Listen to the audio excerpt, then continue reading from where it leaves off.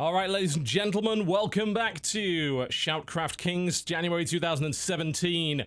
Our current reigning king of the hill is Biol, with one map to his name, having dispatched Keen in rather quick fashion. Yeah, a timely man. Yes. Got things to do. Didn't really want to mess around, did he, by the looks of it? Nice and swift removal of the current reigning champion. The question is, can he stick around for longer than 3 maps? He does have 4 remaining opponents. It's entirely possible.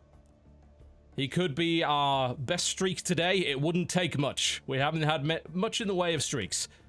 We have a nice opponent for him, though. A little bit of ZVP. Haven't seen too much of that today. Yeah. Now, here's a guy that surprised a lot of people, I think, the last time he was involved in this tournament.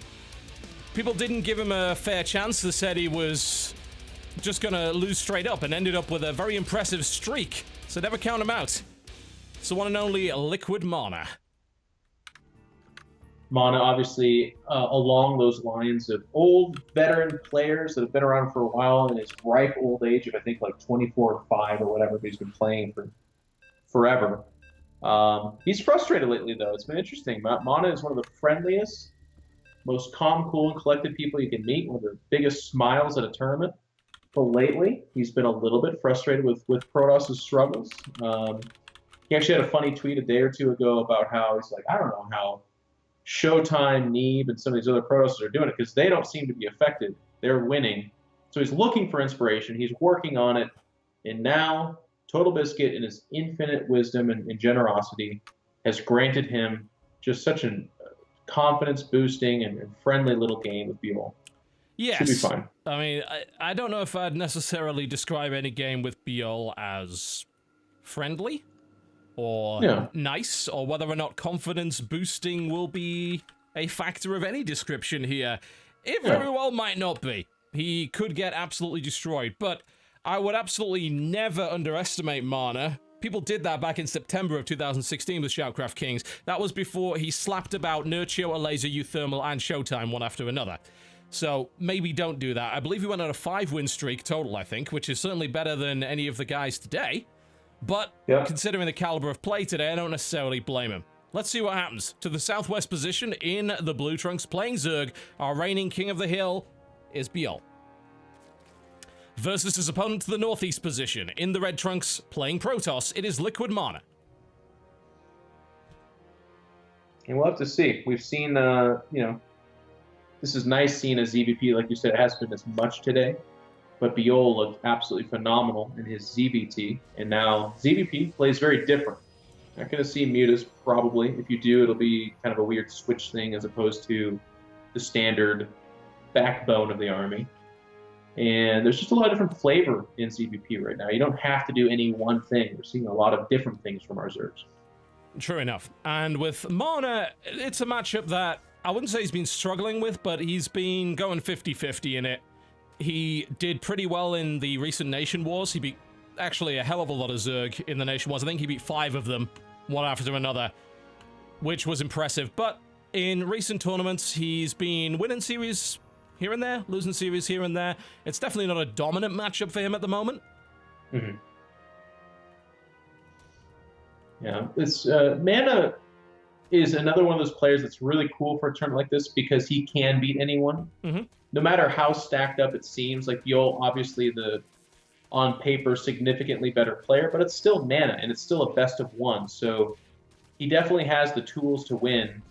And like you said, he has been able to string it against, and as you list off those players, pretty much for all of them, I would say on paper, again, are the better players to Mana. Mana's not like this terrible player that doesn't deserve to be there. That's of course not the case, but he just doesn't have the big tournament wins or the consistency that he has had in the past. No. But he is a good enough player that he can beat any of these guys in a best of 1. Absolutely. Yeah, I mean, we just listed off guys who are basically the best foreigners. I mean, Showtime, Nurture, Laser. We're talking about guys that were in the grand finals of WCS. We're talking about guys that are considered the best in their country easily. I mean, Poland in particular is ridiculously competitive at the moment. Mana's probably considered number 3, but he beat number 1 and 2 that day. So You can never count him out under any circumstances. We saw the pylon block from him, just a little bit cheeky, to try and delay the hatchery, and he was able to do that. He kept the hatchery back so much that the Nexus finished before the hatch, which is not a usual position to find yourself in. But these Zerglings have been a little bit annoying, to say the least. Yeah. Getting a probe kill or two, but seeing that Stargate at that stage, really nice. Especially, again, especially for Biol, the standard is DT or Archon drop play. So seeing that Stargate informs him that he doesn't need to quite make as many queens or go as crazy on the lings. But with the Stargate, he still has to make maybe a Spore Crawler or two, and still could make those queens, because it's never a bad idea, really. No, it's not. You have to bear in mind, of course, that you generally have to adjust your strategy if you're playing on a different server. Both of these guys are playing under equal ping conditions. We've got a guy from Europe, guy from Korea, which is why we play on NA. But that means that both of them are playing with higher latency than they would be on the native server, which can often affect which strategy you use. You won't necessarily use a micro-heavy strategy when you have more latency. There's an interesting little move by Biol. He used a Sloverlord to attempt to drop, but there were already 2 Adepts in place to intercept. So that is going to be abandoned for the time being.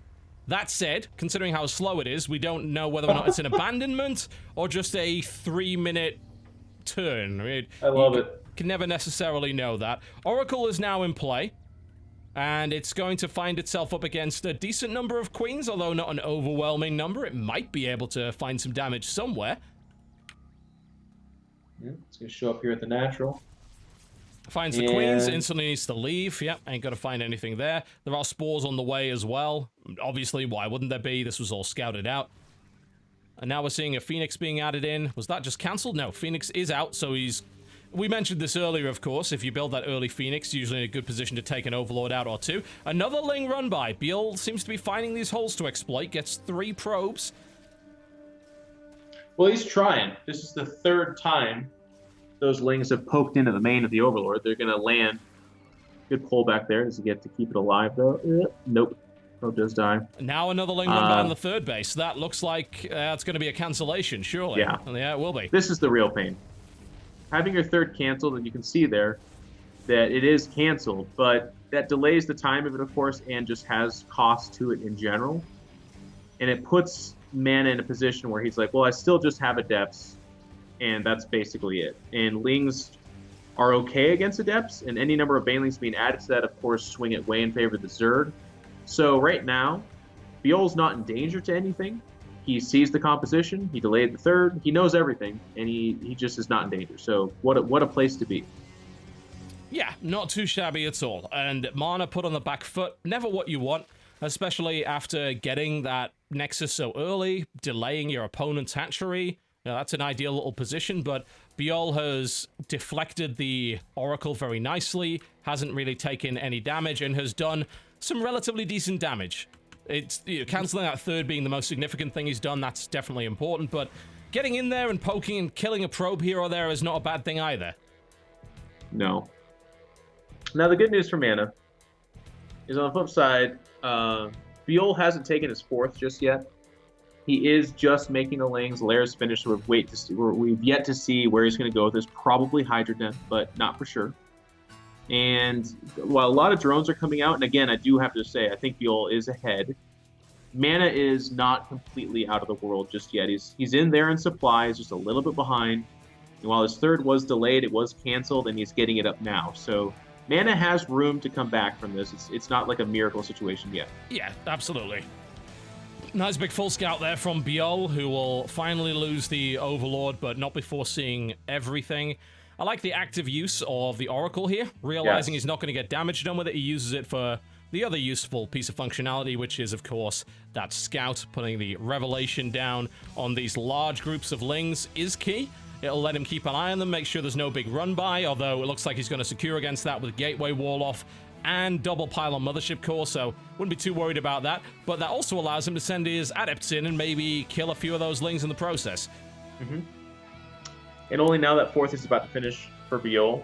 So, as you pointed out, I like the Oracle play because it's just like the absolute best scout for a Protoss. They're going to constantly know not only what your army is, but where it is if they get the Revelation on top of it. And Mana's going to feel pretty confident looking at this composition and say, okay, well, I'm getting storms, so your Hydras don't really scare me. And if I can land the proper storms, your Banelings all of a sudden don't scare me that much either. A lot of Protosses take this army comp and end up turtling, though, taking a 4th, going to a 5th, and transitioning towards even carriers. Mana tends to be less of the turtle player and more of the timing attack player. So I'm going to be curious to see if he lives up to that kind of image, I guess. I also want to know what Biola's going to do from this position, because he fully scouted the Templar Archives with his Overseer. So what do you do when you've seen that? Do you just commit to your existing plan, bearing in mind you've invested quite a lot in it? Yeah, I think an interesting response would be to start going Roaches, but I think Zergs don't have to. They still look at that and say, okay, that's scary, but what I need to make sure I'm doing is come in from multiple angles. If my army's ever in the middle of the map coming in from generally one area, those storms are going to actually shut down my entire army. But if I flank, come in from the sides, get a surround, storms still hurt, but they hurt a hell of a lot less. What do you think about the addition of the Zealot Charge? Now, this is something that was buffed in the recent balance update, but we didn't see a great deal of use of since then. You think this is a good idea? I mean, he's not reinforced with a ton of Zealots as of yet, but with the addition of the War Prism, it almost makes you think he's going to use them for run-bys. Yeah, that's the nice thing about that, is that you can do that. They're not bad in the army. Obviously, Banelings are just mega bad news bearers. We're going to have to hold that thought, though, because I think this attack's coming right now. Oh, lovely. Nice trip. Yeah, very nice. Biol saw that coming. He saw the time warp trap being brought in, and that Immortal needs to watch out. So far, so not so bad, but that was a nice storm right there. Biol taking some significant damage. There's a lot of Templar in that army. 4th does get cancelled in the process, though. So that was a nice move there by Biol in the meantime. And now we're seeing, of course, the addition of the Lurker Den, which is a pretty logical conclusion. That's a good way to go from here. Yeah, but Immortal, good against that. Yep. If Mana had like 6 more gateways right now, I'd actually really like his chances of pushing out, and as long as he controls his army really well, having some good solvency to just win the game from there. But he doesn't. Losing that 4th put him in a weird hole with his economy. He doesn't have the gateway numbers that he needs. This harass will be cool, but it's being picked up here, as you can see, from Biol, who has amazing map vision. Oh, yeah. Nothing is getting out there without him seeing it. Ridiculous, no doubt. And it's forcing Mana just to move out and say, I need to take some control of this map, because Biol's got 80-90% of it right now. And the problem with doing that is that with a smaller army, he's vulnerable to these potential run-bys. He needs to be careful not to get those Templar caught out of position. That would be absolutely disastrous. Yeah, a little bit of a Ling Baneley attempt at the 12 o'clock with Mana on top of it. Moisture Core there, as well as a nice Wallen, as you talked about earlier. And as time goes on here... Ooh, that was ugly. Biol running right through those storms. They were certainly on point there for Mana. And another fantastic storm here for Mana. Biol engaging in some pretty rough spots here. And I think Biol may have potentially underestimated the amount of storm that's in that army there, because that did a huge amount of damage, and the Zerg army just got absolutely twatted. It got destroyed. But again, my problem is, behind this, there's a 4 or 5 warp in. There is. You need, like, at this point, 10 more gateways. Because his 4th is going to finish up here, too. But we'll see if it matters. Mana's going to push in here, and he is going to get this base for sure. And what's coming out is Hydras and Lings. I don't think Banelings have even been made. 8 Lurkers going down as well. But Mana has the tools to deal with that. Immortals, Charge Lots, and Storm, that is what you would want against Lurkers. Just needs to hold on to this 4th and keep pressuring the Zerg. And as long as he just fights where the Lurkers are not, he should be in great shape. Yeah, the lack of mobility for the Lurkers is going to be a bit of a problem, at least for a while. We're seeing actually a transition through to Great Aspire here, which is an interesting choice, probably the right one, I would think, at the moment. The question is, what can the Protoss do from this position? Can he break the Zerg before we see that big mass of Broodlords coming in this direction? Because, let's be honest, he doesn't have any air power, and he's not really in a position to get it either. No, and again, I hate to be a broken record here, but just his money constantly floating at 1,500. He's not adding more gateways. I think he's just a little bit tunnel visioned or something. But he did pick off the gold base. He was kind of winning the fights there, but then was not able to just mega snowball just yet. And as you pointed out, with that Greater Spire coming close to finish, I'm really afraid of him just sitting here. Broodlords show up with lurkers underneath him, and then it's like, okay, Mana, what do you do now? How do you fight? Yeah. You can't. You just die. Yeah, I mean, you can drop storms on the lurkers, sure. It takes a while to kill them, though, but that doesn't really answer the Broodlord problem. No. And he did finish Blink, so he has, access to that. But that's also a poor answer for Broodlord. That's like a, I hope it helps, or I hope it works. Well, there's some really unpleasant nonsense going on over here. It was a single lurker run by on the 4th, which has done obscene amounts of damage already. It's killed 7 workers, cancelled the building, is continuing to just be a nightmare. He doesn't have the detection. Now he's finally in range of it, but that lurker did far more than it had any right to. And unfortunately, in doing that, has resulted in him opening himself up to an attack on his 3rd base. Yep. This isn't even a real attack. This is him freeing up supply for the bigger and better stuff. And behind this, it's going to be disruptors. And it's like, bro, that is not at all what you need. Mana takes this big win at the gold base, fights the army. Oh my god, okay. That was really close.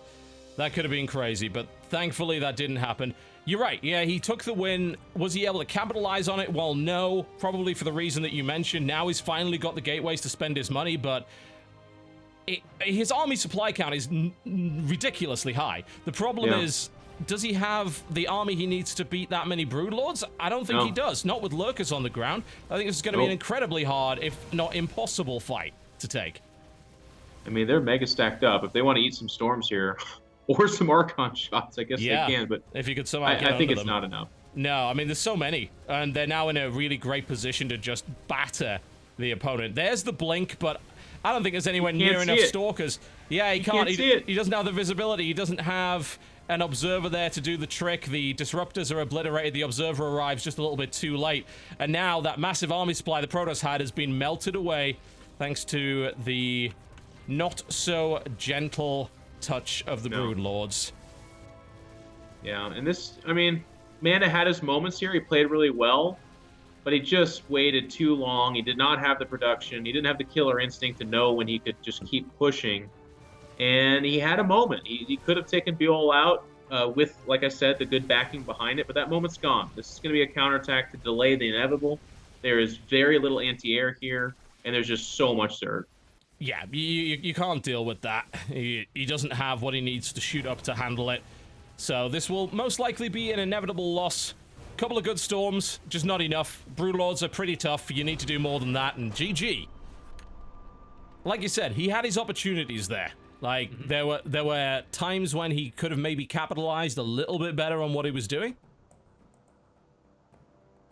Yeah. And the other thing here, too, is he had an Oracle for that entire game, I believe. Maybe at the very end it died.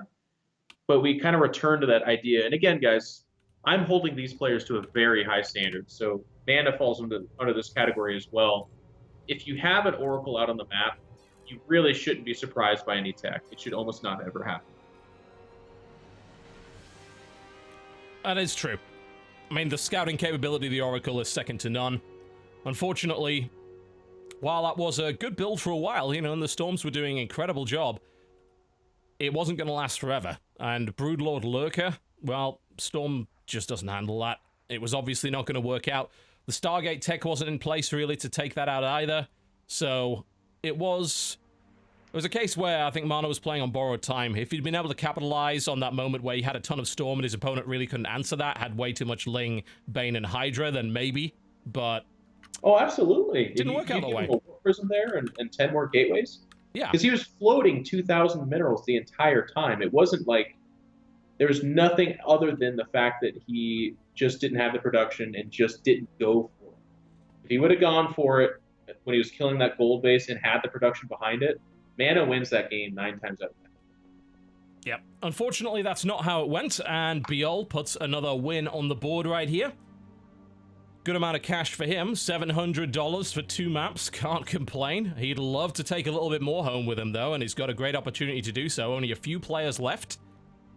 There is a particular... well, we actually have a couple of South Korean players waiting in the wings for him, though, so this is not going to be an easy ride by any stretch of the imagination. No free money being given out in this event, no doubt. No surprise here. I don't think anyone, yes, I'll play in your ShoutCraft Kings tournament, and I'm hoping it's easy. None of them get that luxury. Not really. Every now and again, they might run up against someone who's a little bit out of practice, or maybe not top tier right now, but close enough. It's never an easy ride. Mm-hmm. I'm intrigued to see how he does against this player, though. That's going to be an interesting one. I cannot imagine. I don't know if they've ever played each other. I can find out, though, thanks to the wonderful magic that is Illegal Lack. Lets you pretend that you actually know what you're talking about. It's great. Nope, they have never played, at least in a competitive match at any rate. Yeah. Official match, yeah. They may very well have played in practice. We're going to find out. All right. So, without further ado, let us continue, ladies and gentlemen. Our next challenger, waiting in the wings, looking to make a name for himself. We don't see all that many players that are up-and-comers in Korea. So, it's really cool when we do see one. He's off to a pretty rough start, but I'd like to give him another opportunity to maybe win a little bit of money and show himself. This guy goes by the name of Darjeeling, or Darjeeling. I'm going with Darjeeling. I like the pun there. I think it's pretty good. I've never even heard of him. He is a relative up-and-comer. He was, I believe, a B-teamer quite some time ago. He competed in GSL this year. Wasn't really able to get very far. But he is one of the few people that we don't really know an awful lot about. He hasn't played all that many games. He played in Code A in 2016, beat Young. And weirdly enough, the most notable thing that has happened for Darjeeling up to this point was that he was the guy that and I'm going to try and pronounce his name correctly, Byong, that being Byong, not Beyond, not Biol, Byong, threw his game against in the match-fixing scandal. Oh, interesting. Yeah. His first ever televised match, and this sucks, by the way. Like, this has got to feel absolutely terrible to have happen. He wins his first televised match ever. Turns out, Byung threw it as part of a match-fixing little scheme with a bunch of Korean illegal bettors.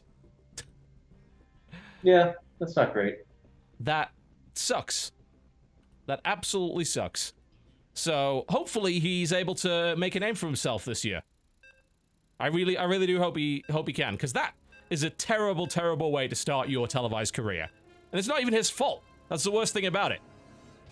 Just awful. Yeah, it's terrible, but to be fair, I don't think anyone, I don't get negative vibes about him. It's just that he gets completely forgotten from the result. Totally. It's just it's not even about the win or any of that, and that story dominated the headlines for a while, and it's just more negativity out there. So it just sucks that happened on his debut. But here he is, big stage, big opponent, decent money, and a chance to, like you said, get your name out there. That's a cool dynamic of ShoutCraft Kings. I've heard so many people talk about at other tournaments, well, so-and-so just won 4 or 5 maps in ShoutCraft Kings. That is an actual big accomplishment and something that can get you recognition and get your name out there. And that's what StarCraft players are fighting for.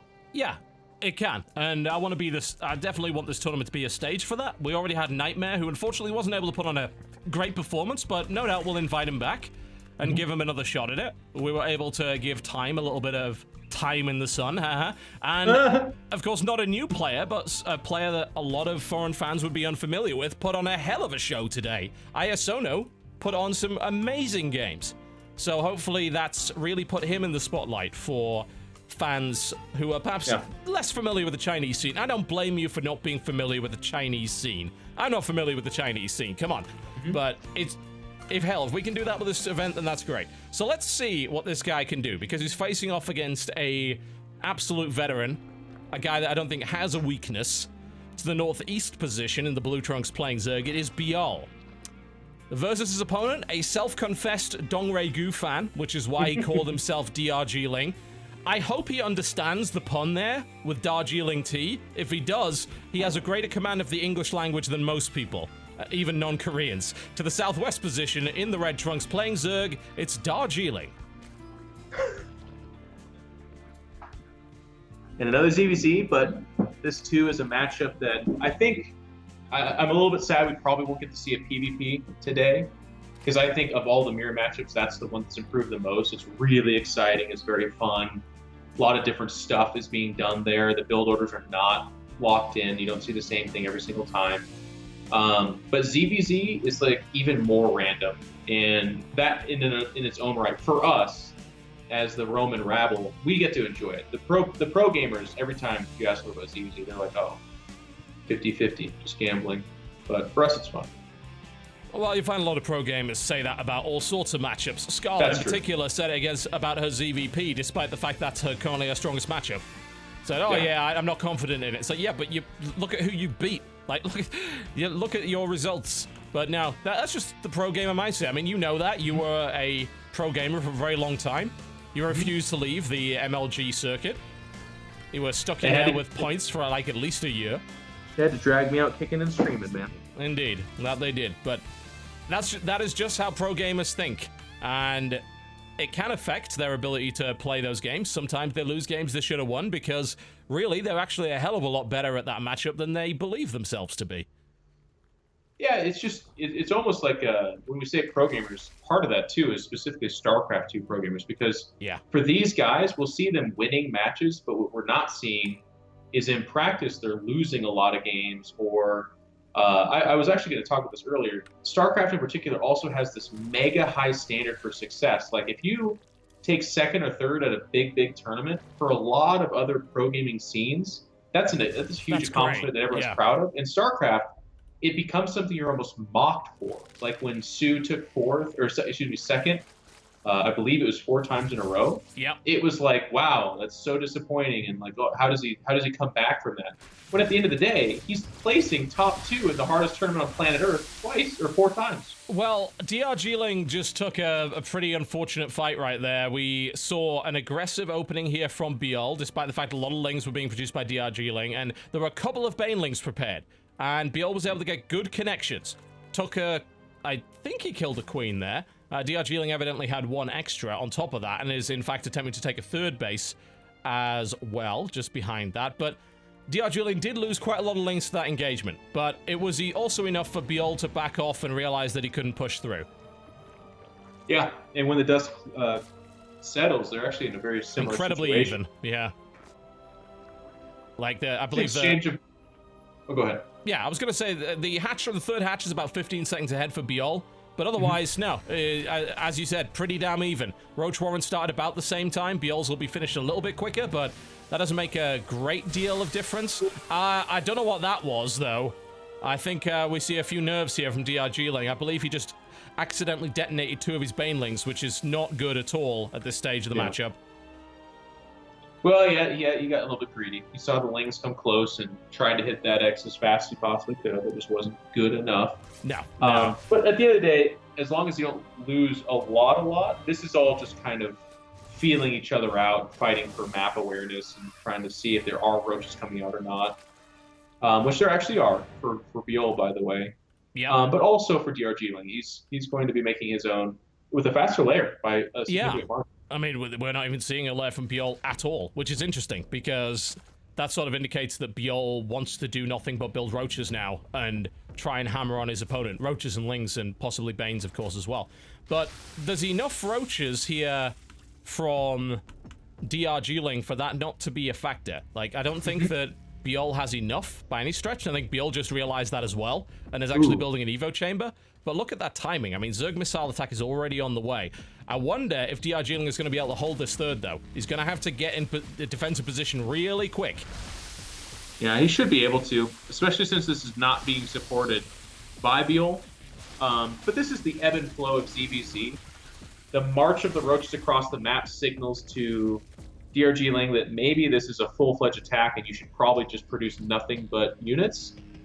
And then usually what happens is that there's droning behind that, but then DRG-Ling pushes across the map with these newly made units, and then Biol has to make units and not drones, and there's drones behind that. So it's kind of funny that it goes back and forth that way. Indeed. Well, as it stands, I'd say Biol is in the better position. He does have a smaller army, though, a significantly smaller army. I don't think it's small enough to for DRGling to overcome the defender's advantage at the moment, though. Although that's what he's trying to do. It looks like he's going for a +1 timing with as many roaches as he can get. And he's got about a 40-second lead on that +1 versus his opponent. So he might be able to make a move with that. What's a little bit strange to me is that DRGling went lair and didn't research roach speed. Yet. Now he starts it. See, you're still brave. I like that. In ZVZ commentary, I try to say as little substantive stuff as I possibly can, because almost without a shadow of a doubt, the moment I say it, it's just, I was wrong. I like the approach from DRGling right here to split his army in two, potentially confusing his opponent, since you're not running his entire army through a single overlord, and there's not a huge risk that it would be caught out of position and killed at the moment, but this is not where he wants to fight, not until his entire army has moved into position. That +1 is in play, so the fight is going to happen right now by the looks of it. Let's see if that +1 actually makes the difference. I don't think it will. He's not going to be able to break through that. No, and it's actually a really weird choice, because it's just the +1 that gave him any semblance of an idea that he and now was he's going to lose there. every roach here, because the speed's about to kick in. So Bjorl can chase him down, no problem whatsoever, I think. He'll have a window of time where he's going to get one-way damage here, but just to go back, because I think actually you're right, he's going to lose every roach, and actually probably just tap out here. Likely. Yeah.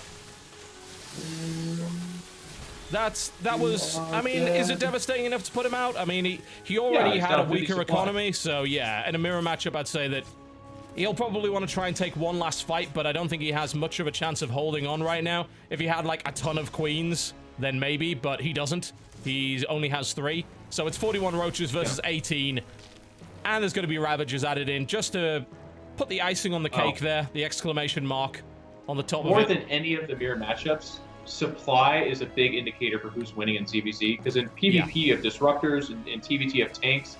In ZVZ, you probably don't have infestors, you probably don't have lurkers, so the ability to have a say in coming back is gone. But here we go, final move. Then there's the GG. Yeah.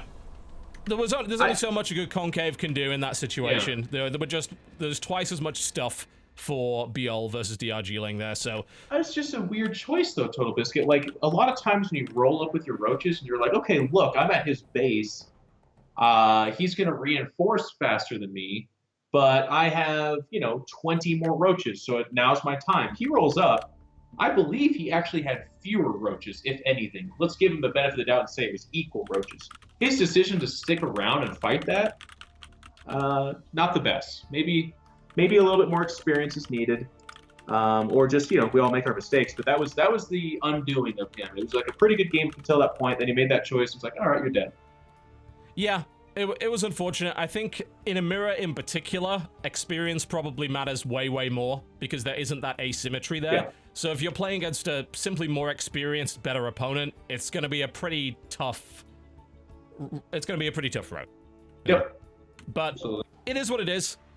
He ended up running up against a very good Zerg this time around. We'll no doubt see him in the future, and maybe he performs better in a different matchup. He held his own for a time being there, but the nerves were obvious. We saw all the prematurely detonated banelings. There were a couple more as well that I believe he hadn't put on hold command that were killed by a single ling, and I think Bjorl was just exploiting that. And as a timing, that really didn't do the job, which kind of makes me wonder if he just exploited that early lair better and done something else with it, it might have been a different game. Yep, agreed. I was trying to formulate some kind of sex joke in my head about having more experience and not blowing up your banelings, but I'm just going to leave it at that rough explanation that that's what I was going to go with. I don't think much imagination is required on that one. Let me put it that way. Thank you. Yeah, let's just put it out there. Just the vibes of that. Well, I did mention we had one more South Korean in our pocket. Let's just say we might have saved the best till last here. This is going to be a pretty difficult match to cast, I think. And the main reason for that is not because of the gameplay, it's probably because of the names of the players. They're a little bit similar in some respects. This could be somewhat tricky. Our final South Korean player today is only the world champion. It's Bjorn. Pretty good.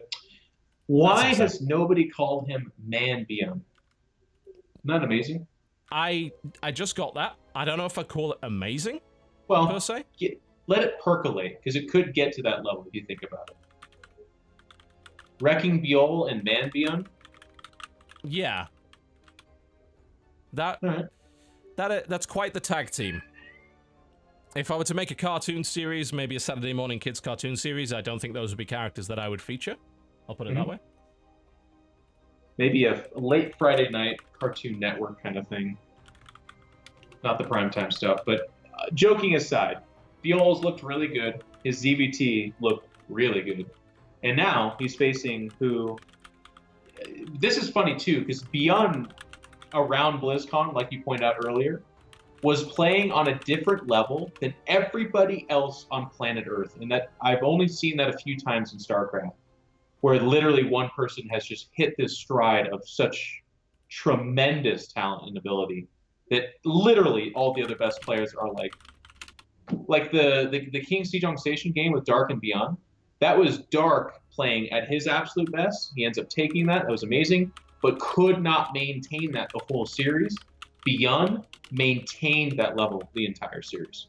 Yeah, and which is it's just amazing. Ridiculous. This is going to be a hell of a fight, no doubt about it. I'm looking forward to it. It's going to be a pain in the ass to cast, because Beyond, we're going to screw this up at least once, I can guarantee it. But, and it's on Whirlwind as well. This could be epic, and I really hope that it is, because both of these guys are at the top of their game at the moment. This should be a great fight. Do we have one more guy after this? Is that what we're down to? We have 2 more players after this. Oh, 2 more. 2 more players. Okay. Yeah. Well, let's see if this lives up to the hype. It almost never... No, it does in ShoutCraft Kings, but I try not to do that because I've been hurt so many times before, where I'm like, these are 2 of the absolute best, and then one's like, 112 pools or whatever, and the other one's just 3 command center. And like, oh. It can happen. Oh, and it's cross position, Whirlwind. Settle yourselves in, ladies and gentlemen. I don't blame you, though. I've been burned before. I recall... Oh, yeah. I know what you're coming up on. You know exactly what I was about to say, right? Yep. I was sent out for the one BlizzCon match that I cast outside of Kings. You had Maynard, I think, right? Yeah, I believe so. I was sent out with the specific instructions. The production crew wanted more hype. Apparently, the first match didn't have enough hype. They wanted more. So I went out there, gave it all the hype we've ever come up with. It's like, yeah, it's going to be amazing. Watching the top foreigner versus one of the best Koreans. And 3-0 crushed. It was quite sad, actually. Yep. Yeah, and I know, I mean, the proper response is not like, okay, well, that's happened, so now I'm never going to hype anything again. It's just that I ease into it and let it happen naturally, because it doesn't matter what the 2 players are. StarCraft has so many things going on at all times that it's a balancing act. So even with these really amazing players, sometimes just too many forced errors happen and the game becomes shit. It's just like, oh, I'm dead. I'm super dead. Like that DRG Ling game. I mean, that's a good player. And we're like, this is an up-and-coming guy, and he's had some good results. And then he just took one bad fight and died immediately after. It happens. We didn't really see a need to do any introductions early because this is Whirlwind cross position, so we could sit here for the next 20 minutes. We'll probably be just fine. But just as the custom entails, to the northeast position in the Red Trunks, playing Zerg, currently 3 maps. He's 1 map away from being the top streak of today's tournament. Again, wouldn't take much, but he's playing really well right now. His name is Biol. Versus his opponent, the reigning WCS World Champion. To the southwest position in the Blue Trunks, playing Terran. The man who has a target on his back. It is Biol. All these players, too. It's kind of a fun day. We were talking about how scheduling-wise it's a little bit interesting, but the IEM qualifications for Katowice are going on right now. Super massive tournament. They announced a big prize pool, so that's really fun. But all these players have been playing against each other and with each other all day. I think there's a ton of qualifiers. They're not even done yet. Yeah, and there's been a lot. They then come in here and play. It's really cool. A lot of top-notch StarCraft. Might as well earn a little bit of cash. Why not? Ling makes its way across. Yeah. Biol having a little bit of a nibble here. He would love to get himself an SCV, but beyond allowing an SCV to die, unlikely. Now, the interesting thing, I guess, about Beyond at the moment is that, of course, he wins the World Championship in dominant fashion, and then doesn't manage to qualify for the round of 16 of GSL. So, of course, people are like, well, okay, he's done now. You know, he hit his peak, he's never going to win again. But here's the thing. Being the world champion makes you the most researched and watched player on the planet. Yep. And, I mean, I almost have nothing to add to your point because it's exactly that. He also did it playing pretty meta normal. He just executed a hell of a lot better than everybody else. That can only last so long. As long as there are other players out there practicing and working hard, they're probably going to catch you on that execution as well. The more time they have handling a certain style or build. I'm not worried, though. From what I saw from Beyond in terms of, his work ethic, even by Korean standards, he's considered a workhorse, which for us Western folk is... There's not really a way to even quantify that. We're talking about 60, 70 games a day type of thing, as opposed to like what a lot would be 30 or 40. He like doubles that. Yeah, I mean, he was a success story. He did it without a team, which has never really been done. He did it just through sheer force of will, through practicing more than anyone else, playing more tournaments than anyone else. He was known as a king of online events, and it was like, yeah, he's good. He's not World Championship material, though. You know, winning a $100 tournament doesn't mean you can win the World Championship. Apparently it does if you win enough of them. Yeah. Oh, and he also won a GSL. I mean, yeah. He's just that's also another form of consistency. Like, BlizzCon became a pseudo GSL, and the players you had to beat to get where you had to go. And he also suffered, which I thought was really interesting, a big storyline for that tournament. He actually got shut down by Showtime, and it was put on the back foot because he expected to plow through especially all the foreigners, but he was actually made to look a little bit bad. And what does he do? He pulls Showtime aside and says, hey, I'd like to practice with you. He did, and ends up coming back from that and really doing well. Well, obviously by winning the tournament. So a cool guy. A lot of people should be a fan of him, but also if you don't care about personality, if you don't care about heartwarming stories, you gotta respect his level of play. Holy cow. You really do. And his willingness to keep playing these smaller online events after winning like $250,000, for God's sake. That's a work ethic that's just beyond the pale for most people. As it stands, Biol is not having any of it. He's getting aggressive right off the bat. Ravagers and Roaches bombarding building after building, taking out the engineering bay just before +1 finished. And looking to take out the second one as well. Really good start here for Biol. Excellent start. Realizing what his opponent was doing and saying, all right, he probably doesn't expect aggression cross position here on Whirlwind. Let's do some damage. And look at the amount of damage he's done. Well, behind this, he's been droning, taking another base. He's going 1-1 bio upgrade, or not bio, excuse me, but melee upgrades. He's just, if this was a huge, massive commitment, then there'd be some kind of equity here. But as it is, he's up over 20 supply. He supply blocked his opponent. As you said, he stopped an upgrade that was critical. Just absolutely massive. He's actually going to be ahead in upgrades for a significant chunk of time here, as long as he hits his 2-2 in a ZVT, excuse me, which is not super common. Yeah, especially against someone like Beyond, of all people. That was a really, really great start there from Biol. It's put Beyond in a really awkward spot. That +1, if anything, I mean, that's 2 minutes of research time on a key upgrade. It wrecks any potential timings. It puts the Zerg in a pretty rare position of actually having an upgrade lead over the Terran at this stage of the game, which is not the sort of thing you see all that often. And Beyond is moving across the map with a very vulnerable army at this point. And I like this, though. I mean, so you're behind if you're Beyond. And what do you got to do? Well, you got to start taking some risks. You got to start throwing them off. You got to start acting like a lion when you're just a house cat. And he's going to do that. And with his micro, there's much more to be taken serious here than I think for other players. Indeed, even using the Reaper grenade to knock one of the Ravagers back there, but there's just too much Zerg for the time being, and this isn't going to get much done at all. Beyond needs to get out of there and move back into a defensive position. Third base is up for Beyond, but it's not being mined, and honestly, I don't think you can really defend it right now. That's my concern. Yeah. I think that's his, too. That's why he hasn't sent anything. He still sees a large Zerg army out there.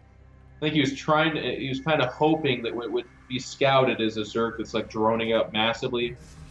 Unbeknownst to him, or actually he knows now, it's the worst. It's that he did drone and is now making army. Oh, that Overseer gets away on 3 hit points, which is got to just be galling at this point. Yeah, not bad. But it becomes a little bit of a numbers game, as you said. I mean, we saw the cool idea to push out by Beyond, but there's literally just so much Zerg out there that all the micro in the world couldn't stop that from still being a bad situation for Beyond. Yeah, and there's a big morph, a huge swell of Zerglings coming in. The army supply was looking roughly even. It's not anymore. And Beyond now pushing out again versus what he's about to face. It's ballsy. He does have the medevacs to evacuate it. He would need to. At this point... He's trying to buy time. Yeah, I don't blame him. There's a lot of Zerg that are really looking to do some damage right now. Liberators and Widowmines. Yeah, I mean, if you're splitting against Banelings at your base, then you're taking more damage than if you're kiting backwards and splitting in the middle of the map. So that's what he was trying to do. But as you said, there's so much Zerg out there that even that's not worth it, actually. Yeah. Beyond also loses a Liberator for nothing there, which is unfortunate. Tried to deploy one in range, but at this point he needs to use those Liberators defensively. He's not really got much of a choice in the matter, but it's mostly Link Bane. And Liberator's pretty good for picking off Banelings, not so good when they're shooting Zerglings, though. I like this from Biol. It's actually really interesting. He really postured for this big, I'm going to kill you attack. And has since then, he's still building units, don't get me wrong, but he's sneaking in handfuls of drones in another base. So this attack is not an all-in. It's not even really a timing attack. It's more just kind of capitalizing on your advantage in a pretty safe way. And the thing is, like, but Ling Baneling trades pretty well. Unless you run into a minefield of like 15 Widow Mines, you're gonna make some connections. You're gonna force errors on the Terran. And in this situation where he's up 2 bases, that's affordable. I agree. No doubt about it. And Beyond really doesn't have a huge minefield set up. He's got a few here and there. Certainly nothing to sniff at. Biol can't just charge in there without knowing what he's up against. But Beyond is sort of bottled up at the moment. Even taking a dropship, and let's hold that thought because it looks like we're going to see a huge fight. But oh my god, the detonations! Oh. The minefield, devastating, wiping out the Mutalisks. There's not enough Zerg. There is not enough Zerg. As I say that, the minefield ends up being the key to Beyond's successful defense. Well, that's the thing I'm talking about, though. Like, that connection was massive. The defense was really good. And the supply differential was worse, and that was favorable, quote unquote, for Beyond. But he just can't afford that much. I mean, look, he's still hanging in. He's struggling. He's not completely out, but the trade was still okay for Biol. Now, listen, for our viewers at home, I'm not saying that was a good attack by Biol. I'm just saying that he's so far ahead that any form of trade is still like some form of an okay trade for him. If this game was closer, that attack would have been lights out, and Beyond just can't lose from there. I think the current situation, though, with the 4th on the way, is that if that happens again, Beyond will probably be on an even keel, especially bearing in mind the upgrade disparity's now gone away. You know, he took that fight. Yeah, we're seeing 2-2 versus 2-2. That fight was 2-2 versus 1-1, with the Zerg having the advantage. If Beyond takes another good fight where he comes out ahead, I think he'll be all right. But as it turns out, Biol has no intention of allowing that to happen. That was a really nice Mutalisk backstab. 9 workers killed for no loss there. Yep. And he's going to force missile turrets at best and some units to stay there. He's going to make his way to the middle now to cut off reinforcements. And this is all stuff you need to do. That attack went really bad, and as time's kind of moving forward here, as you said, taking that 4th base, I'm liking Beyond's position more and more as time goes here. It's still a very large map, but every base that Biol takes from here on out, by the way, gets closer to the Terran and is harder and worse for him to hold. I agree, yeah. I'm interested to see tech-wise. I mean, Biol is starting his hive now, which arguably a little bit late. It's going to take him a while to get to really get that key technology out and running. As it stands, Beyond losing a few Widow Mines here and there, Biol playing quite nicely in that respect. The mines could very well be the decider in this fight. What I am concerned about is the SCV count got a little bit low, but here we go, yet another flank, and this time the splitting ain't gonna happen. The Banelings run over the whole army. Wow. There's a lot more coming from the Terran player, but that was a far better engagement. Takes it on creep. Wow. Great Baneling flank. Devastates the Terran army. But this is Beyond. He's got another army on the way. Oh, that was pocket kings running into pocket aces, man. Like, he was marching back into the game. The supplies were getting close. He tiptoes onto that creep, and that was all the blood in the water that Biol needed.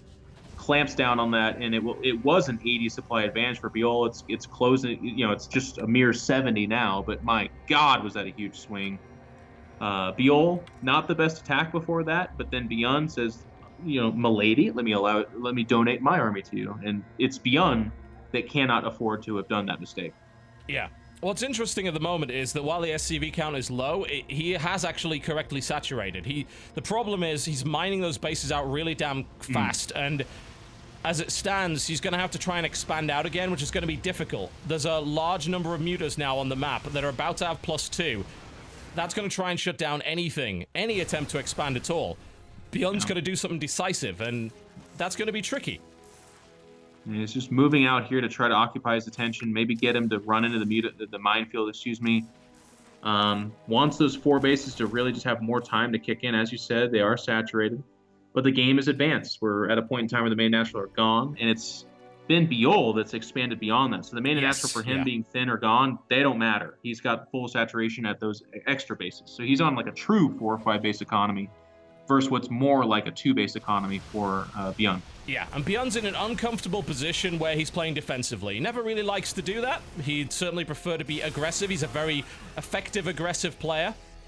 He does have this big army supply advantage, which I'm thinking, you know, can you do anything with that, especially before Ultras come out? Maybe, but with that many, the problem is that muta count is just so high that not playing defensively means you lose a base. Like, if you leave with your whole army, that mutaflock just eats all of your SCVs.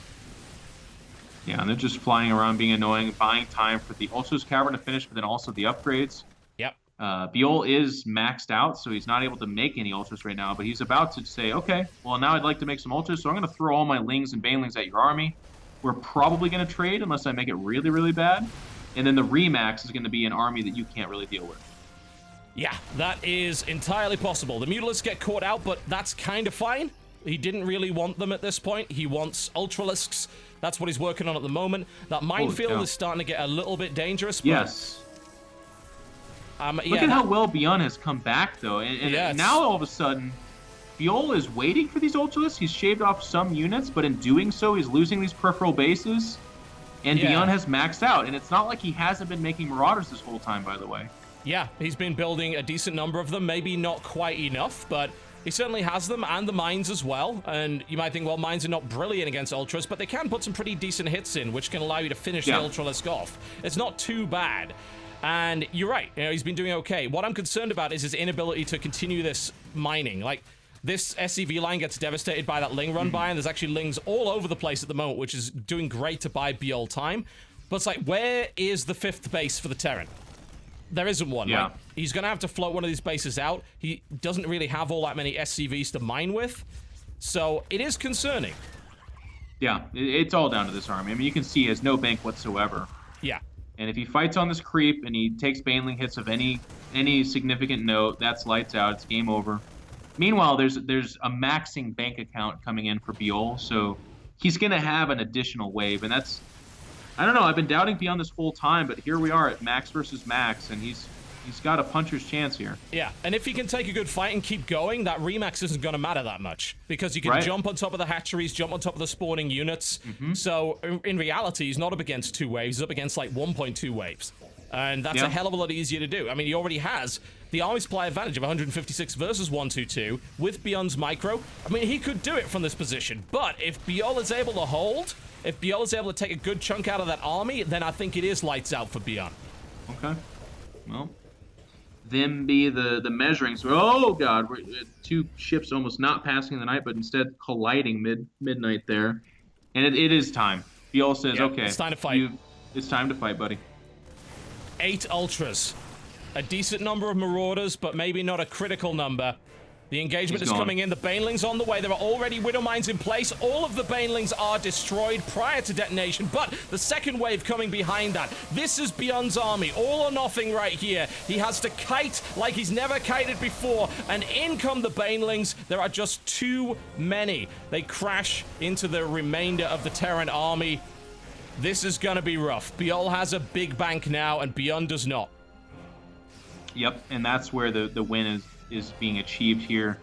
There is still the production being cycled up here for Beyond, but he no longer has the ability to delay. And any one of these bases that get under attack, it's under attack by a 60 supply deficit and Ultralists that specifically don't care about Marines. Like the Marine portion of the army comp almost doesn't matter in that situation.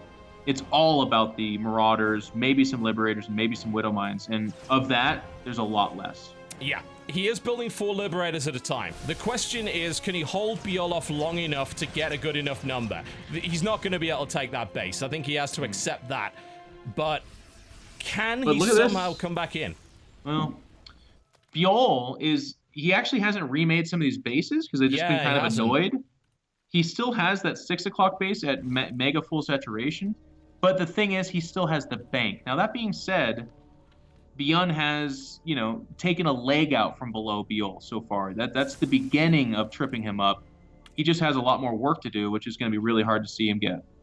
I think this fight may very well come down to Widow Mine hits. If he's able to wipe out those Mutalisks with the Widow Mines, which is not going to happen by the looks of it, then this fight could go pretty well with that number of Liberators for the Terran player. But right now, the Widow Mine count is down to 4. It's probably not going to happen. Biol has enough Overseers to make sure that doesn't happen. Liberator's now being put into position, but of course the Mutas are a big risk. You gotta say that Beyond is doing a pretty good job of pushing this back at the moment, but what happens when the Zerg army turns around and decides not to tolerate it anymore? He's doing a great job with this army, but the Mutas pose such a threat. Like every time he's out there fighting, he loses the base. And that base is a worse loss for him than any number of Ultras that were killed mid-map.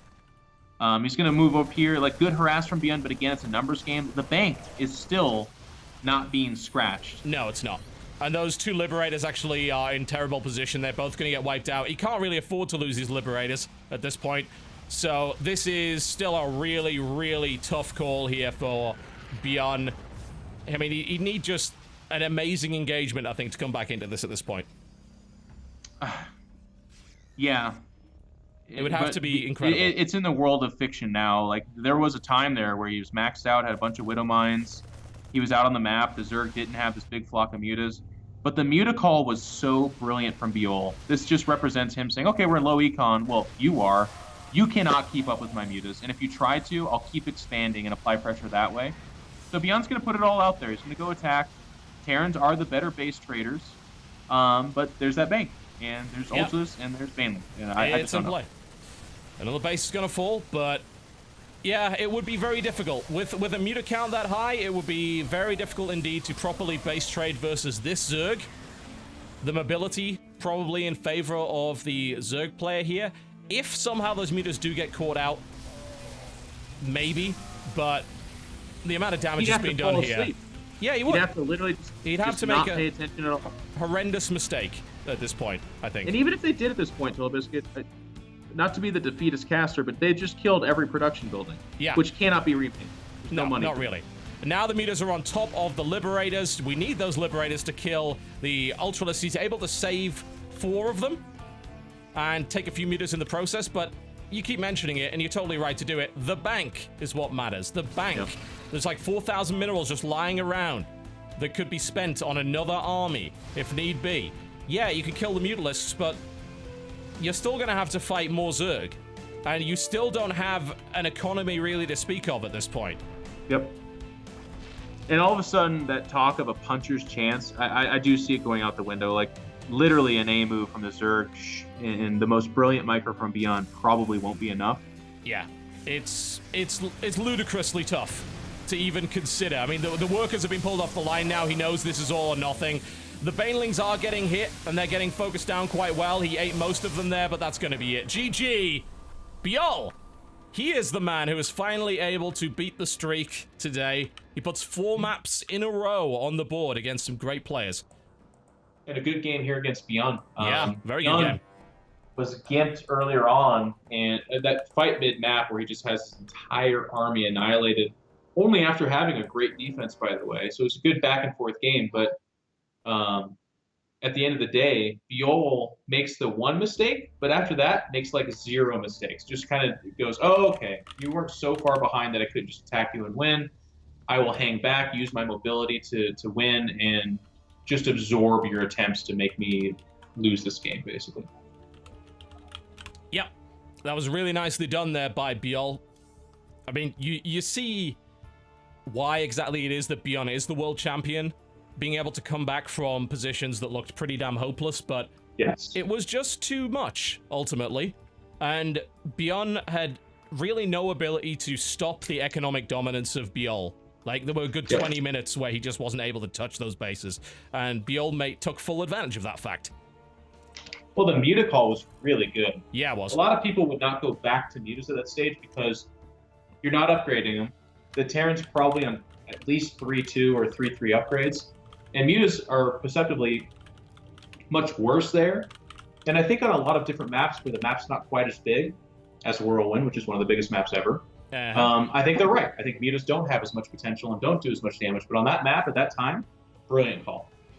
Yeah, it was a phenomenal call. The amount of damage that they did was, even earlier on in the game, ridiculous. And they kept being useful the entire time. They were used very well, and they prevented any form of expansion. If Beyond had somehow managed to secure an expansion, that could have been a very different game, but he just remained bottled up, and it's like you said, man, there's no amount of micro in the world that's going to save you from that. There's just too much Zerg, and it's coming at you too often for it to be really a situation that you can get out of.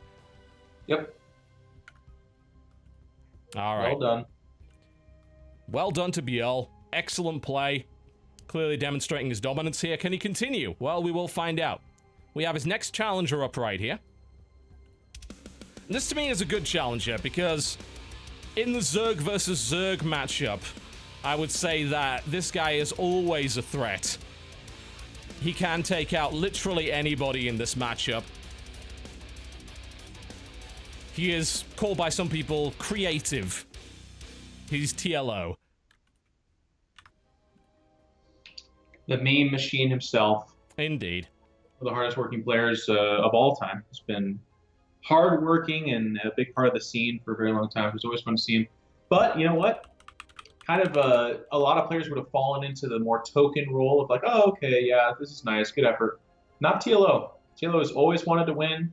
Anything less than that has been disappointing, and that's been kind of his cross to bear. He's had various forms of pretty good success relative to, I would say, his level. And this is, again, part of the narrative of 2017. What form of TLO will we see? Last year, especially with Team Liquid, a lot of their players were like, okay, I need some more success. I need to feel like I can make a difference. Otherwise, I'm going to move on. Because they've been doing it for 6 or 7 years. That's a long professional gaming career. Yeah, it really is. So we'll see what he does this year. And we're seeing it right now. Yeah. Now, when it comes to the Zerg versus Zerg matchup, as I said earlier, and I'm not bigging him up in any way here, I'd say that on a good day, TLO can beat anybody in this matchup. We've seen him do it. Like, we've seen him knock off ridiculously talented players. The question is this going to be that day for him? How is Bjorn's ZVZ at the moment? How is TLO feeling at the moment? Hard to say. TLO has been working hard, though, over the past month. He's been playing in an awful lot of cups. He's had good results. I mean, he 2-1'd Hero quite recently in the qualifiers for IEM, which is pretty damn impressive. He's been putting some good results on the board. He beat up Alive, who has been beating up everybody at the moment. So you can't say that that's a bad result. But will he be able to take on someone like Biol? Good question. Yeah. But he has in the past, you know? Absolutely. And that's the other nice thing about this format is I think if we sat TLO down and said, okay, we got to win a best of 3 or best of 5 against Biol, I like his chances a hell of a lot less. Has he done that before? Yeah. But the further up the tree you go with Korean players, the less likely it is to happen for TLO to win that many games in a series against the same player. But a best of 1, TLO can do it. Absolutely. He absolutely could do it. Or he could fold like BSTQD before him and you know, play a forgettable game where Biol just kind of continues to march up the money. But I'm pulling for the former. I'm hoping he gives us a good fight here. In ZVZ, I'd say so. If it was another matchup, then TLO versus a top South Korean pro might be a bit of a tall order, but in ZVZ, absolutely. I don't exactly know what's holding up this matchup. We've been sitting on the loading screen for the past minute or so. I'm not really sure what's going on there. BattleNet suspense, building it in. That's exactly what it is. Totally. Well, in a spider hole tournament like this, you gotta build it up, man. That you do. I'm trying to recall who it was that TLO actually beat. It was Stefano, wasn't it? After Stefano beat like 2 world champions and Nurchio, I believe it was TLO that defeated Stefano quite handily in that ZVZ in ShoutCraft Kings July, I believe, right back at the start of this event. Well, in the European ZVZ scene, which is actually quite good, TLO is actually way up there. Oh, yeah. There's various periods of time where he is one of the actual best, whereas a lot of the people he's beating in ZVZ are probably a lot better in ZVT and ZVP than him. That is true. I think that is absolutely true. At the moment, however, it looks like the game might be broken because we are stuck on the loading screen. It ain't moving. I don't know who's causing it. I don't know what's causing it. I don't have the slightest idea. I don't know. Yeah, this. It's moving. I don't know. Just needed you to point it out and make fun of it a little bit, and then he was like, "Okay, sorry." No, it feels guilty. Apparently, it was the French. French's fault. The French slowing things down? That's crazy. Can't be. Absolutely not. Here we are, finally, after the baguette leaves the game. His act was getting a little stale anyway.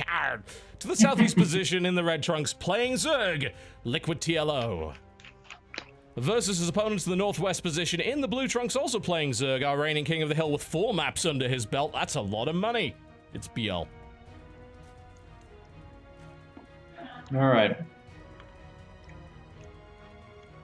Well, which TLO are we going to see? I mean, you make all the jokes, the proverbial you, it's usually me that does it, but being known for being creative and stuff like that, sure. But TLO doesn't want that. He lets people talk about that, that's fine, but he wants to be known as the guy that goes on and wins a major tournament and is one of the best, if not the best. He would tell you he wants to be the best. So ShoutCraft Kings, not really a tournament where you're going to be considered the best, but it's a tournament where you create the narrative for what goes on elsewhere. And if TLO can stop BL in his tracks here, who has been the hottest player this month for ShoutCraft Kings, and then maybe win another one and be the king that we anticipate seeing play next month, well, that's a pretty positive narrative. So yeah, I see a lot on the line for TLO here. Yeah, I think so. And in the ZVZ matchup, he has historically performed very well. As you mentioned, there's a hell of a lot of really great Zerg in Europe, and he plays that matchup an awful lot, and he is considered one of the top players in it. Mm-hmm. When it comes to BL, his ZVZ, I don't think BL is necessarily known as a ZVZ specialist. That's, you might say that about Sue, for instance, but BL is that, it's not his strongest matchup. Historically, it's actually his weakest. Yep. But again, it's funny talking about Koreans versus anybody else. It's like, yep, lately it's been one of his worst matchups against the other best Zergs on the planet. Uh-huh. Whereas TLO has the advantage of the European scene is very good, and of course with results lately we've seen that it's actually not so far off from Korea. But the number of people in Europe that are not so far off from Korea is like 6 or 7. Whereas in Korea, it's Korea, so it's everybody. It's still StarCraft, it's still Korean's game. It's still surprising when they lose. Just a little bit less surprising. Yeah, it's not a once in every 6 month sort of performance these days, but it does happen. Which did happen. That was terrible. That was true. Yeah, it used to be a big deal when a Korean even lost a best of 3 to a foreigner, let alone anything else. Now that's, that happens more often than not. But still, the Koreans are on top, and a foreigner beating a Korean, it's not expected. When it happens, we're just not floored by it anymore. And in Brood War, it was even worse. It was just never. We would, actually, wait. Why is he, that's not a full Wallen, is it? I think it is. I know it doesn't look like one, but... He doesn't see anything coming. Why is he doing this? I mean, it's TLO. Who knows? He actually sees the third, which is even further up the tree of weird. That is very strange, isn't it? It's like or is it creative, John? I don't know.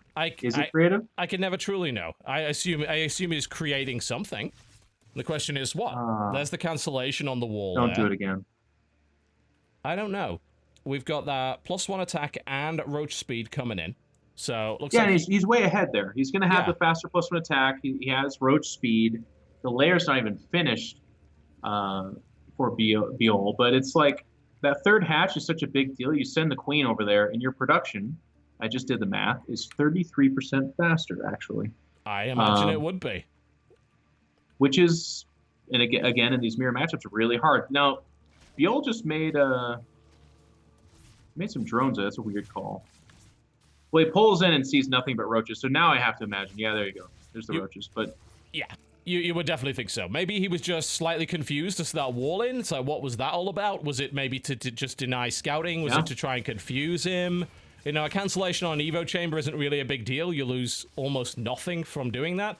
But it's as you said, you know, the third base, which is now on the way, by the way, for TLO, is way far behind Biol's. And for the Zerg, it's not just about mining. It's about having another hatchery from which you can produce lava. And that's why the difference in roaches is closing as time goes on here. Now, there is going to be that speed advantage, and the +1 attack will finish for a good 20 seconds or so longer for TLO. He's going to engage right away. Gets on top of the queen, and he's got good positioning here. He does. He's isolating a few units, and he's able to just take the favorable exchange both places. This might be all right. Killing the queens here means that there's not going to be injects, which would make the difference in production here. I mean, he got all of them, which is excellent, and you're totally right. Holy He took the right engagement angles. They were perfect. He was able to take full advantage of that speed upgrade before his opponent had it. He's now on top of the natural. He still has the army supply advantage with some reinforcements coming across the map and good positioning. You've got to give him credit for that. Will this be enough to finish the game out? I mean, killing all of those queens is a pretty huge deal. Well, it's going to have to be determined later because he has some roaches coming, but he's actually been making drones behind this. Yeah. Which is weird because if you look, it's still 5 or 6 more drones coming and then still 5 or 6 roaches. So he's not going for the killing blow. This is a war of attrition. But I think it's actually a really good call because he did kill some drones and the 2 queens, but he's probably not going to get a hatch. But he's forcing Biol to keep making roaches when he really wants to be making drones here. Yeah, I think that's exactly what he's doing, and it is a really, really smart call there from TLO, who so far has taken some pretty damn good fights, but he's probably going to be forced to back off now. The roach count is relatively even, but see what it's allowed TLO to do. Economically, it's put TLO significantly ahead. That third base hasn't mined for ages, and that was several cycles of lava production that were also missed out here for Biol. So he's only just catching up in that regard. So that puts TLO in a pretty damn good spot, as you can see.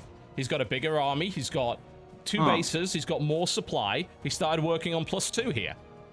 Biol was making nonstop roaches, scouts the third, sees it saturated, then switches to drones. I don't know. He's behind, and obviously, again, he's the infinitely better ZVZ player, but I'm thinking, like, what's your end game here? What are you hoping for? Like, he's got to win amazing Ravager Corrosive Bile hits or something, because coming back from this is really hard. It's tough, no doubt. I mean, he's forced again to drag the queens away from the hatcheries in order to defend, and TLO is deliberately sharking around to force him to do that, which means, as you can, if you just look at this third base, it ain't getting injected right now. And I imagine the natural isn't either. In fact, it is. There is a queen there. But that third isn't getting injected. There's not a lot of mining going on there either. Versus that saturated base, as you mentioned. It's... I don't know. I think that if you're Biolo in that position, and you see that fully saturated base, and you know that you don't have one, you think, well, is there even any point in me trying to attack here? Because surely, with the defender's advantage in the mirror match, I lose that fight, right? Yeah. So maybe he's just waiting. He's trying to see if he can get TLO to make a mistake, maybe, overcommit. Take a good fight and then catch up that way? Yeah, it must be his plan. He's going to push out here. Oh, and he was looking for it, and he had a great concave there. pretty solid corrosive biles on the retreat here for TLO, though, so he's able to solidly ward that off as well. He's trying to pick off a few overlords in the process, which is always a nice use of that. But if we look at it, almost finished for TLO as well. I mean, and this could absolutely change the game, no doubt about it. We're seeing no tech right here for Biol whatsoever. He's already pretty much a minute behind in Zerg missile attack. So even if he did take a fight, army versus army, full size, TLO is probably going to win that fight. Yeah, the only good news for Biol right now is that Spire finishes, but there's actually not enough money to make any kind of number of mutas. He only does have the Ravagers as his anti-air, and even as you said to that point, he only has 3 right now, which is not anti-air almost at all. They're having a tough time killing Overlords, for God's sakes. Yeah, and they are moving incredibly slowly. We've got 5 mutas on the way. If TLO's it now, he's going up to 8. If he's able to get that many out, then I think things start to get really difficult for Biol. I mean, even contributing to a fight, they can help a little bit. You can use them to focus fire down Ravagers very effectively. Obviously, if he's able to attack a drone line, bearing in mind there are no spores anywhere and the queen count is as minimal as it gets, that could be potentially devastating. And Biol's going to max out here, so he's not even able to make queens.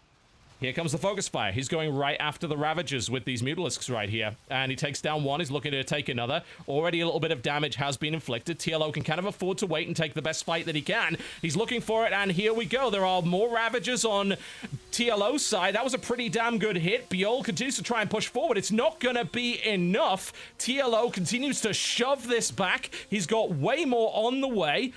Corrosive Bile lands in the center here. Biol is being forced away again, and TLO now 50 army supply ahead, and anybody that said that this was not a match that TLO could win, suck it. He outplayed Biol, he outsmarted him, and there it is, GG. Do you think I was talking out of my ass when I mentioned that he can beat pretty much anybody in this matchup? No.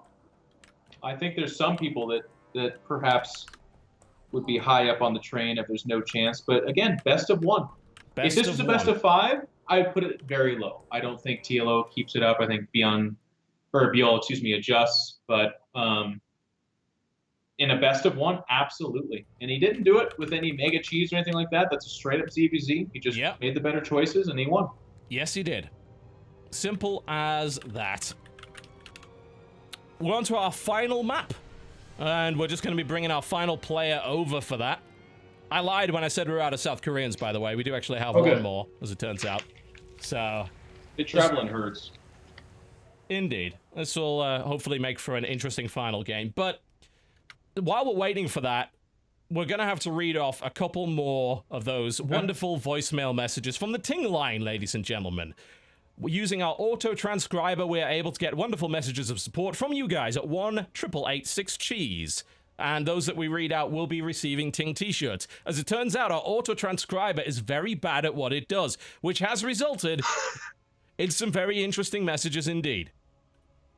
I shall now begin reading these things. My favorite player for ShoutCraft Kings is Zest, because you're not fully wrecked unless you are blank. Okay. Yeah, could be anything there. I can see where he was going with that. Hey guys, just want to say that I love the tournament, and the player that I would like to see is Meave.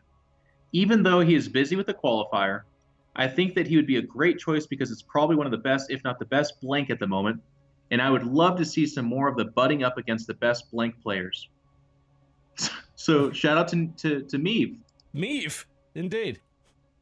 Let's see a matchup between John and Jess right now. They're the real blank. I don't know. I could probably take Jess out. I'm not so sure about Jeff, but Jess maybe. Jess, you got it, man.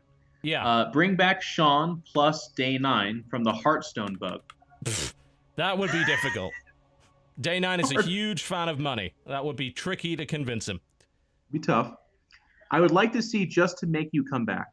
I believe that he was absolutely there going to pull, and sometimes the kitchen stuff really did need to boil the water. What is this? I love this. You should bring back blank in back. We need some more spooning in the shop for King's tournament. I think it's Thorazane, but Blank plain blue blank on red. My favorite player is Scarlet, and no one else will do. I think that was a poem. I mean, that's close enough. Not a bad transcription, really. That actually made some degree of sense. We need Stefano. My friend and I, we need him. Blank, please let Stefano play. Thank you. A lot of polite people, by the way. A lot of thank yous. That's assuming that the blanks aren't swear words. That's true. You know, it could be. There's a lot of good players to play StarCraft, 2 in pros, that we could bring back. I would think you'd be very interesting to see I-term in between all the casters. The casters are interesting. They're big personalities, but we really need to see the cash is clay against each other in a tournament style that would be entertaining and fun to watch. Thanks. That was... Don't ever do that. Don't... You know, this whole caster tournament thing, that idea's been around for 6.5 years, and people keep trying to put it together, and it never happens. And frankly, it should never happen. It would actually be terrible. Only King and TotalBiscuit could bring ShoutCraft 22B2 to the ShoutCraft Kings arena. I'd like to see Blank and Scarlet's paired up again. Any 2 folks who they think they can bring down the best North American players. Thank you, TotalBiscuit and King. Sure. Should I keep going? We can do one more before we introduce the final player, I'm sure. Let me try to find a good one then. I would like to see Step on Hose be next ShoutCraft King because he is very funny and entertaining to watch. That's actually amazingly good as a description for Stefano, which I think that was trying to be transcribed from. It kind of is, yeah. Oh, Step on Hose? Are you kidding? That's always too good to be true, isn't it? I have a feeling that AI is being developed in front of our eyes right now. That was on purpose, wasn't it? All right. We have one more player. One more player. It's going to be a pleasure to introduce him. He's been on a massive tear lately in this matchup, with a 75% win rate over the course of 41 matches. So this is going to be quite challenging, I think, for TLO. No doubt about that. Our final player for ShoutCraft Kings January 2017, whose recent form has been very, very strong indeed. And his form in this matchup has been absolutely devastating. His name is Bunny. The Korean Bunny, by the way. Dust Bunny from Dust Gaming, not Liquid Bunny. Completely different Bunnies players. are just so great. No one person should be able to lay claim to that name, you know? I agree. And we should have more than 2, I think, honestly. Mm-hmm. Bunny, a player who has performed very well, of course, in Pro League in the past. Not really had a breakout performance as of yet when it comes to singles tournaments. This may very well be his year. Could be anybody's year. We'll see. He played a fairly obscene amount of qualifier games. He actually made his way through the EU qualifiers, Stage 1 and Stage 2. He played 1, 2, 3, 4, 5, 6, 7, 8, 9, 10, 11, 12 best of 3s and best of 5s. Come back at me when it's 10 best of 5s in one day, you know? Yeah. Now, this is a bit of a bit of a revenge scenario here, by the way, for TLO, because Bunny dispatched of his teammate Snoot in swift 2-0 fashion about 2 hours ago. Okay. Can I just say, as my irrelevant statement of the day, that I love that Bunny is on Team Dust, so he's literally Dust Bunny. I love that, yeah. It's not often you get it to line up like that, you know? No, it's not. One has to wonder if he picked the team specifically because of that. That's the kind of thing that I would do, for sure. We're just going to assume that he did. I mean, who's going to tell us otherwise, right? Yeah, no, nobody. We're the only ones on this broadcast. Yeah. Now, of course, a lot of the wins he's racked up is actually in Dust's own league, which seems a little unfair, but never mind. He's been doing a pretty good job of that. He plays in the Olimo League quite often. He plays in base trades, Korean events quite often. He's a workhorse. Yeah, he really is. He's put a lot of matches in over the past couple of months.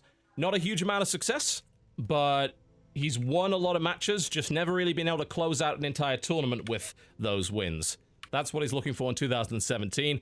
I feel like that's a story of a lot of players. Hell, I mean, if you were looking for a story, it's exactly what these two players have suffered from over the past 6 years. They can win. They can beat pretty much anybody given the right day, but they're running up against these same issues over and over again where they're never able to quite close it out for a tournament win. Well, I mean, very few people do. Yeah. I think that's something we lose track of. Like, it's a lot of the same people making the same final appearances at their various different times, and everybody else is just fighting for scraps. But the dream, the hope, is ascending to that level where it is you that wins. Let's introduce him, though, because we got some weird shit going down. We already do, yes. To the northeast position here, our current reigning king of the hill, it's Liquid TLO. Looking to avenge his fallen teammate in the IMM qualifiers, who was dispatched 2-0 by this man. Former CJ Entus, now on Team Dust Gaming. To the northwest position in the red trunks playing Terran, it is Bunny. And yes, what the hell? This is fucking bizarre. Okay, so we have one base Terran, 3 racks, no gas, versus TLO, who went, that was either a 12 or 13 pool straight into Roach War and 1 base. Yeah, take it away, TotalBiscuit. This is territory you're probably pretty comfortable with, because I have no idea. I mean, this is something that probably happens an awful lot in Silver League, I would imagine, so I should be relatively comfortable with the strategy.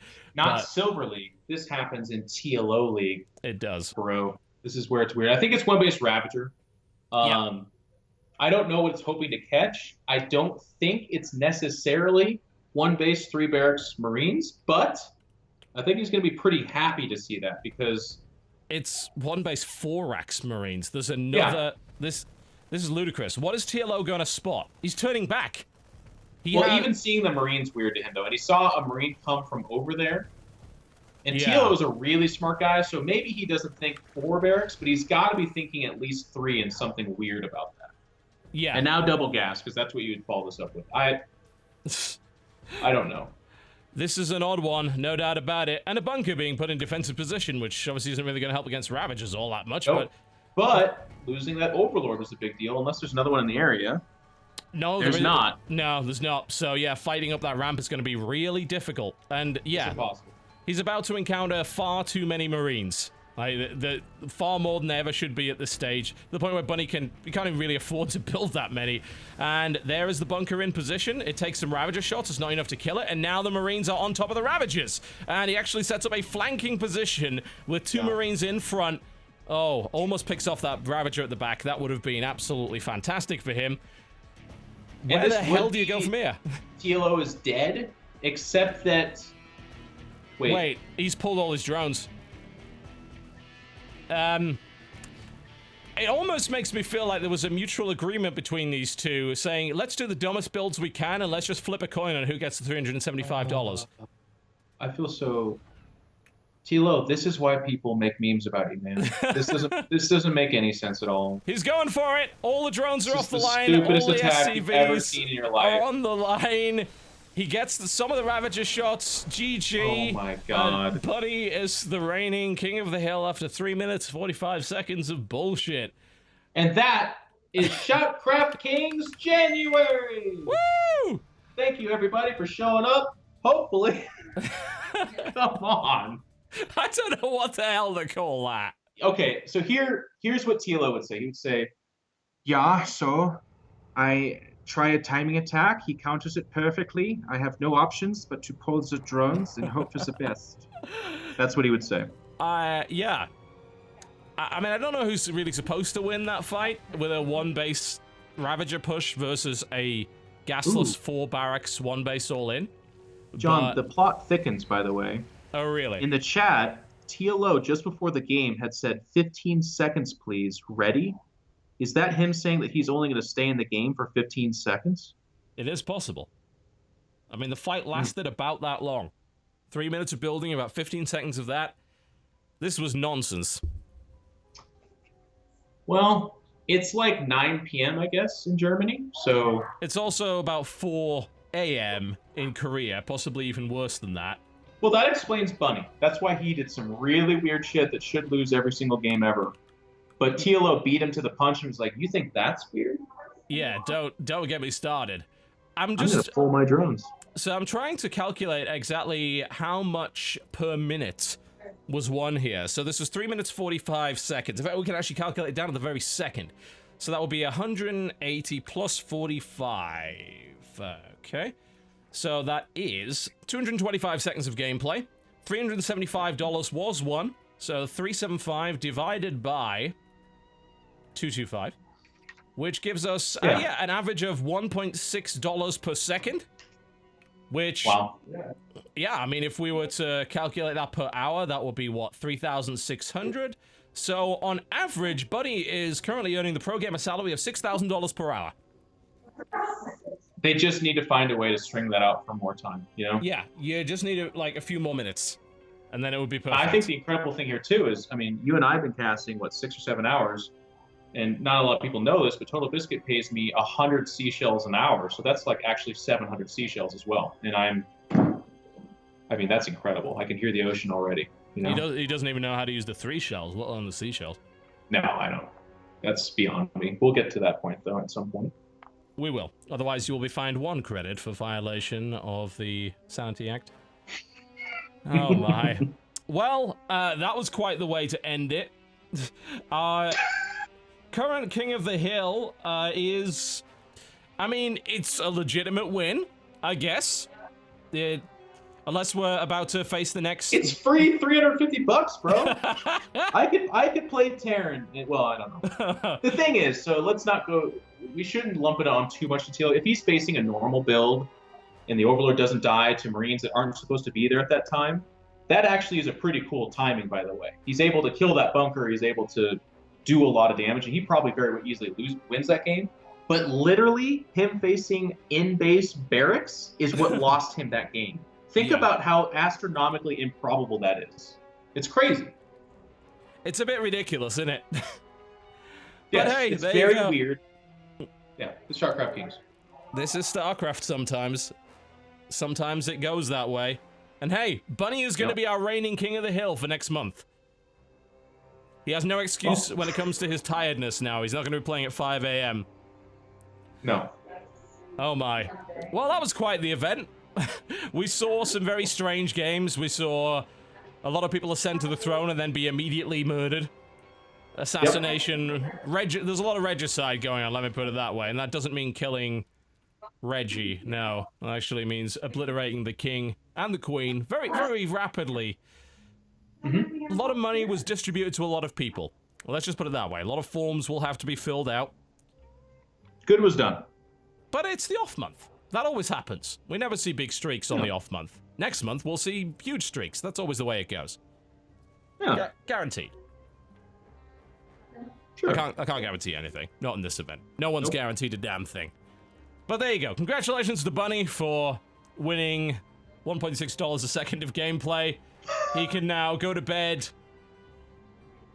He wasn't even supposed to be in this tournament. He was a replacement. So was TLO, incidentally. But hey, there you go. Oh, God. Well, that was that. Big thanks, of course, to our sponsors, Blizzard and Ting.com. Head on over to shoutcraft.ting.com if you feel like a new mobile phone plan, or cell phone, I think they call them in NA. Yeah, that's the way to go. Head on over to them. They will probably be able to give you a pretty damn good deal. Might very well be worth switching to Ting. You could save yourself a hell of a lot of money. Shoutcraft.ting.com. And they're huge supporters of esports. They are. So even if you're not going to switch or something, find a way to give them back some love, because they're sponsoring Need, they're sponsoring tournaments, they sponsor this. Like, they're big in esports. They deserve our love and affection. That they do. And of course, use that link. You can get a discount off your first order. Big thanks to the audience today. Especially considering that last game, you went through more than most to enjoy StarCraft. Oh my lord. Big thanks to Mr. Jeff in Control Robinson that got up at 5 a.m. in the mountains in his mountain cabin with his family to... Well, hey, thanks for having me. And battled the evils of a microphone that just refused to work properly. Finally getting it to some semblance of order. I'm glad it worked out. When it was at first like cranking up every time we entered a game, I was like, oh, it's gonna be one of those days. But thank you to those that tweeted us and told us how to fix that, because that ended up fixing it entirely. Yes, indeed. But it sounds like your family is wanting your attention now, from what I'm hearing in the background. They're waking up. Yes, Yeah, so I can't hold them off any longer. we better probably wrap this stream up. But thanks to everyone for watching. If you missed any of the matchups today, head on over to youtube.com/TotalBiscuit over the next couple of days. You'll be able to catch the VODs. If you're a subscriber, of course, to twitch.tv/TotalBiscuit, the VODs will be available immediately to watch. And at some point in February, and I'll announce that over the next couple of weeks, we will have yet another edition of ShoutCraft Kings with $7,500 on the line for winning. Hopefully in slightly better ways than that. Let me put it that way. But it happens. Hey, if Bunny is able to stay on the throne next month, then I'll let that slide. It wasn't really Bunny's fault. Yeah. Let's be honest. He won the game. Huh. It wasn't Bunny's fault. He did his part. Blame TLO. Hashtag blame TLO, ladies and gentlemen. Thank you very much for watching. And of course, the last thing to plug will be my announcer pack, which is currently available in StarCraft 2. All regions, you can buy it. I wrote the whole thing myself. Yep, that just explain why it's full of terrible jokes. You can download it. You can play with me as your announcer if you so desire. Feel free. It works in co-op play as well, for those who are wondering. We're about done, folks. Thank you very much for watching. Jeff's going to go and deal with family matters. I'm probably going to go and have a nap.